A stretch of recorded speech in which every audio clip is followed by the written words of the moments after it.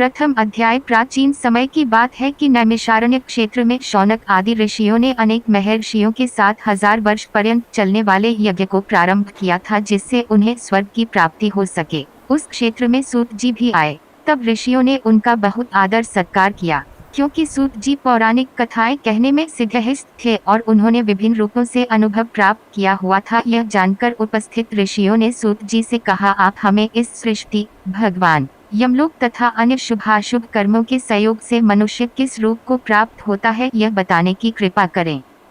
महान है, उनका ध्यान करते हुए ही मैं अपने आप में तल्लीन रहता हूँ। इस प्रकार शौनक जी ने जब सूत जी से पूछा तो उन्होंने उत्तर दिया कि भगवान विष्णु ही सारे कर्मों के आधार हैं। यह बताते हुए उन्होंने कहा कि शिव जी ने पार्वती से कहा, मैं परम ब्रह्म का चिंतन करता हूँ। यह परम ब्रह्म भगवान विष्णु ही है। मैं विष्णु का ही चिंतन करता हूँ। भगवान विष्णु ही अनेक रूप में अवतार लेते हैं। उन्होंने ही राम, कृष्ण, वाराह, नृसिंह आदि के रूप में अवतार लेकर धर्म की रक्षा की है। राम के रूप में उन्होंने राक्षसों का नाश किया है और कृष्ण के रूप में दुष्ट प्रवृत्ति वाले लोगों का विनाश करके धर्म की स्थापना की है। शिव जी ने आगे कहा कि हे पार्वती, वाराह के रूप में विष्णु ने ही पृथ्वी का उद्धार किया है और नृसिंह के रूप में भक्त प्रहलाद की रक्षा करते हुए हिरण्यकश्यप का उद्धार किया है। मैं अपने नेत्र बंद करके उनका चिंतन करता हूँ। इस प्रकार भगवान विष्णु की महिमा को सुनकर, जैसे कि शंकर ने भगवती पार्वती को बताई थी, ऋषियों की उत्सुकता अन्य विषयों में जागृत हो गई। ऋषियों ने सूत जी से पूछा कि हे भगवान, आपने भगवान विष्णु के महत्व को स्थापित करते हुए जो कुछ भी कहा वे भय मुक्त करने वाला है, किंतु आप संसार के दुख और कष्टों को नष्ट करने का उपाय बताइए। आप इस लोक तथा परलोक के कष्टों का वर्णन करने में कुशल है। हमें बताइए कि यमराज का मार्ग कैसा होता है और वहाँ मनुष्य को कैसी कैसी यातनाएं मिलती हैं। ऋषियों से यह प्रश्न सुनकर सूत जी बोले कि जो वृतांत भगवान नारायण ने गरुड़ जी के पूछने पर उनको बताया था वे मैं तुम्हें बता देता हूँ।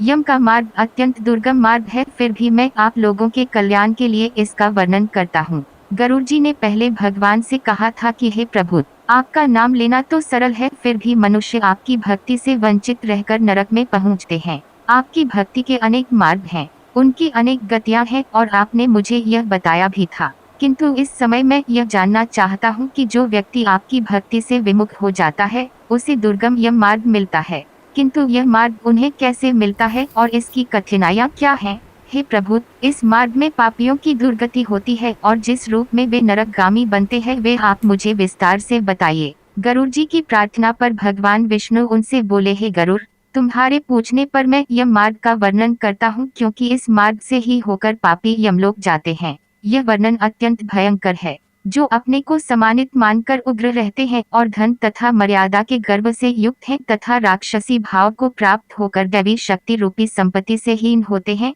जो काम तथा भोग में लीन रहते हैं, जिनका मन मोह माया जाल में फंसा हुआ है, वे अपवित्र नरक में गिरते हैं। जो मनुष्य दान देते हैं वे मोक्ष प्राप्त करते हैं। जो लोग दुष्ट और पापी हैं वे दुख पूर्वक यम की नरक में गिरते हैं। जो मनुष्य दान देते हैं वे मोक्ष प्राप्त करते हैं। जो लोग दुष्ट और पापी हैं वे दुख पूर्वक यम की यातना सहते हुए यमलोक जाते हैं। पापियों को इस संसार के दुख जैसे मिलते हैं उन दुखों को भोगने के पश्चात जैसी उनकी मृत्यु होती है और वे जैसा कष्ट पाते हैं उसका वर्णन तुमसे करता हूँ, सुनो। मनुष्य संसार में जन्म लेकर अपने पूर्व जन्म के संचित किए हुए पुण्य और पाप के कारण अच्छे बुरे फल को भोगता है। शेष अशुभ कर्मों के संयोग से शरीर में कोई भी रोग हो जाता है। रोग और विपत्ति से युक्त वे प्राणी जीवन की आशा से उत्कंठित होता रहता है। युवावस्था में संवेदनाहीन यह प्राणी स्त्री और पुत्रों से सेवित होने पर भी बलवान सर्प के द्वारा काल के रूप में एकाएक भयभीत होता है और उसके सिर पर काल आ पहुँचता है। वह वृद्धावस्था के कारण रूपहीन होकर घर में मृतक के समान रहता है। वह गृहस्वामी द्वारा अपमान युक्त आहार को कुत्ते के समान भोजन करता है। रोग और मंदाग्नि के कारण आहार कम हो जाता है और चलने फिरने की शक्ति घट जाती है। वह चेष्टाहीन हो जाता है। जब कफ से स्वर नलियां रुक जाती हैं, आवागमन में कष्ट होता है। खांसी और श्वास के वेग के कारण उसके कंठ से घुर घुर शब्द होने लगता है। तब वह चेतनाहीन रहने के कारण चारपाई पर पड़ा हुआ सोचता है और बंधु वर्ग से घिरा हुआ होने के कारण प्राणी मृत्यु के सन्निकट आता रहता है, बुलाने से भी नहीं बोलता है। इस प्रकार हमेशा कुटुंब के पालन पोषण में जिसकी आत्मा लगी रहती है, उस परिवार के प्रेम की वेदना से रोता हुआ वह प्राणी परिवार के बीच में मर जाता है। हे गरुड़, मृत्यु के समय देवताओं के समान प्राणी की भी दिव्य दृष्टि हो जाती है। वह संसार को प्रभुमय देखता है और कुछ भी बोलने में असमर्थ हो जाता है। इंद्रियों की व्याकुलता से चैत्य प्राणी भी जड़ के समान हो जाता है। इस कारण समीप आए यमदूतों के भय से अपने स्थान से चलायमान हो जाता है। जब प्राण आदि पांचों तत्व अपने स्थान से चल देते हैं, तब मरते समय पापी का एक एक क्षण भी कल्प के समान बीतता है। सो बिच्छुओं के काटने से जो पीड़ा होती है, वैसी ही यातना व्यथा श्वासों के निकलते समय होती है।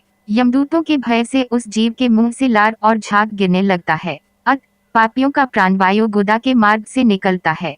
प्राण निकलते समय प्राणियों को यमदूत मिलते हैं, जो क्रोध से लाल नेत्र वाले, भयानक मुख, पाश और दंड लिए होते हैं तथा नग्न शरीर और दांत को पीसते हैं। ऊपर को उठे केश वालों के समान काले टेढ़े मुख वाले, विशाल रूपी शस्त्र वाले यमदूत वहां आकर उपस्थित रहते हैं। उन दूतों को देखकर भय से वे प्राणी मल मूत्र का त्याग करने लगता है।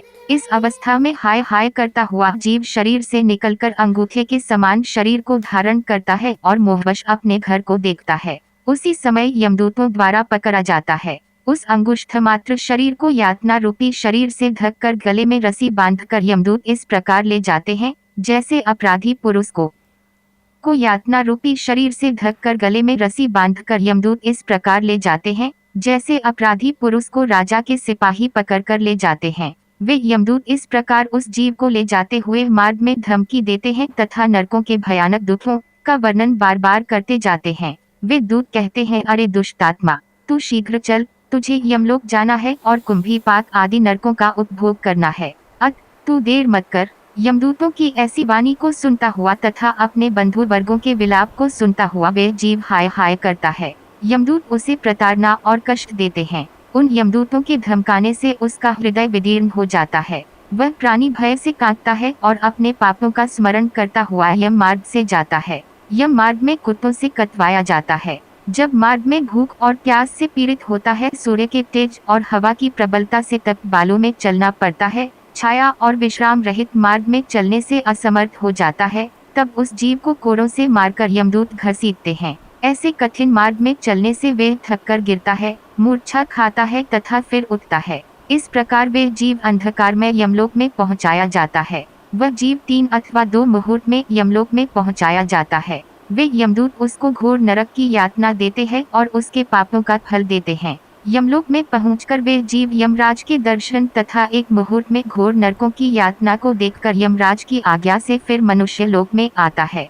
यहाँ आने पर जीव पुनः अपने पूर्व शरीर में प्रवेश करने की इच्छा करता है, परंतु यमदूत उसे पाश से बांधे रखते हैं। इस कारण वह सुख सुधा तृषा के दुसह दुख को सहता और विकल होकर रोता है।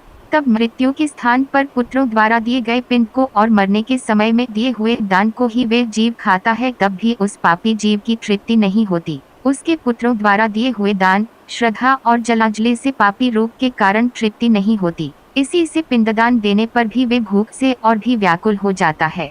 जिनका पिंडदान नहीं होता वे कल्प भर प्रेत योनि में रहकर निर्जन वन में दुख पूर्वक भ्रमण करते हैं। बिना भोग कर्म का भय करोड़ों कल्प तक भी नहीं होता है और बिना यम की यातना भोगे जीवों को मनुष्य का जन्म भी नहीं मिलता है और उन्हें अन्य योनियों में भटकना होता है। हे गरुड़, उस पिंड के प्रतिदिन 4 भाग होते हैं। उनमें से 2 भाग पंचभूतों के लिए होते हैं, जिनसे देह की पुष्टि होती है। तीसरा भाग यमदूतों को मिलता है और चौथा भाग उस प्रेत को खाने के लिए मिलता है। इस प्रकार प्रेत को 9 दिन तक का पिंडदान खाने के लिए मिलता है। 10वें दिन के पिंडदान से प्रेत का शरीर निर्मित होता है। को 9 दिन तक का पिंडदान खाने के लिए मिलता है। 10वें दिन के पिंडदान से प्रेत का शरीर निर्मित होता है और चलने में सामर्थ्य होती है।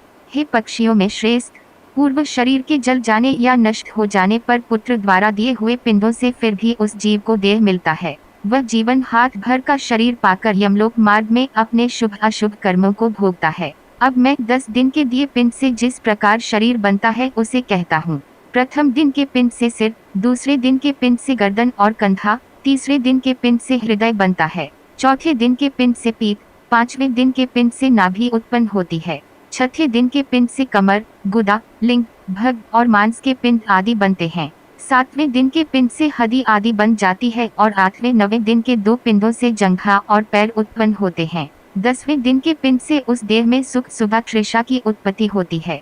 पिंड से उत्पन्न शरीर का आश्रय लेकर भूख प्यास से पीड़ित प्रेत 11वें और 12वें दिन के श्राद्ध को 2 दिन में भोजन करता है। 13वें दिन यमदूतों से बंधा हुए जीव बंधे हुए बंदर के समान अकेला संसार में आता है। हे गरुड़, वैतरणी को छोड़कर केवल यमलोक 86,000 योजन विस्तीर्ण है। अब इस जीवन को प्रतिदिन 24 घंटों में क्रमशः 247 योजन यमदूतों के संग निरंतर चलना पड़ता है। चलने वाले इस मार्ग के अंत में 16 ग्राम पड़ते हैं। उनको लांघकर तब धर्मराज के नगर में वे पापी जीव पहुंचता है। उन नगरों के नाम ये हैं: सौम्यपुर, सौर्यपुर, नगेंद्र भवन, गंधर्व, शैलागम, क्रौच, क्रूरपुर, विचित्र भवन, दुहखद, नानाकरणपुर, सुतप्त भवन, रौद्रनगर, पयोवर्षण, शीतादय, बहुभीति। इनके आगे यमपुर है। यम के पाश बंधन में बंधा हुआ वे पापी जीव मार्ग में रोता हुआ अपने घर को छोड़कर यमलोक को जाता है। यमलोक को जाने वाला मनुष्य अनेक कष्टों को सहन करता हुआ पीड़ित होता रहता है। उसकी पीड़ा का अंत नहीं होता। वह अपने कर्मों के विषय में चिंतन करता हुआ अनेक दुख भोगता है। इस पर भी यदि वह दोबारा जन्म प्राप्त करता है, तब उसी प्रकार भगवान को भूलकर कर्म करता है। द्वितीय अध्याय।